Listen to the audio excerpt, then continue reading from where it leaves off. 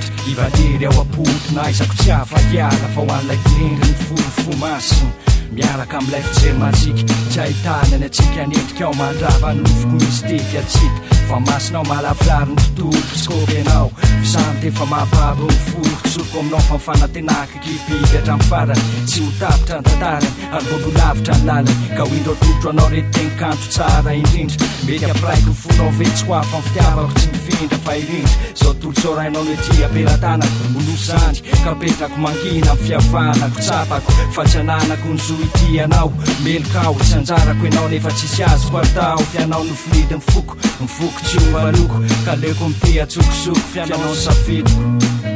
endriky ny sasy anao tsy fampandravany fefeny pelantanany ai fefeny pelantanany mafony lerio tsy mba miovaloko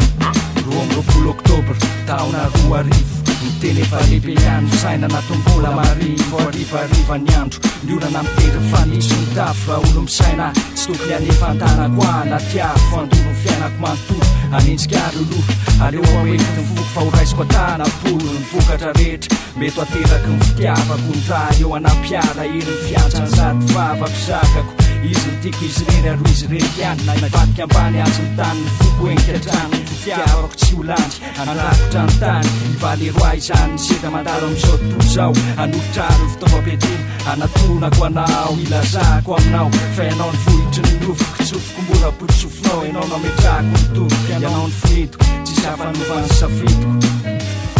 valiroko ny any valery amin'ny lery zany de ho sambatra zany lery de singa miafitafa de andrainy oskara amboara borary amboara tsinjara 13 oktobra ambosy makany amin'ny tantary anilanao no ahitana ny tisaparany paradisy tontolo lavatra lamasina sanatrisdisadisa isa roa lovo mbosy makany amin'ny antsana aleo aikozy molotsy tsikina mifitra azy reo rantsany ratsa tanany maniry ny tantana saintoketra anginao tsilopava pasy fitiavako tsisy vetratra sina fatra sao anjono indray lay taratra taizan'le potao anatiko nangatofatoto sambatra fa manetsa be mbola ho avy androko foana amin'ny fotoana fa sakasinga amin'ny afitafa tsy horavana izanisa kosiisa nefa voafaritra ifilalana miala tsy mifasarotra le sarotra fa mitoetra ho faritra ao apoko nendrika ao ivaleroa izany ivalery ao tantara ho tsy mety mifihany de ho any amin'le vohitry nofo zany sady hijanona ihany eto amin'ny tantara de anana tariketra eny ty amin'ny planeta tany ny kofy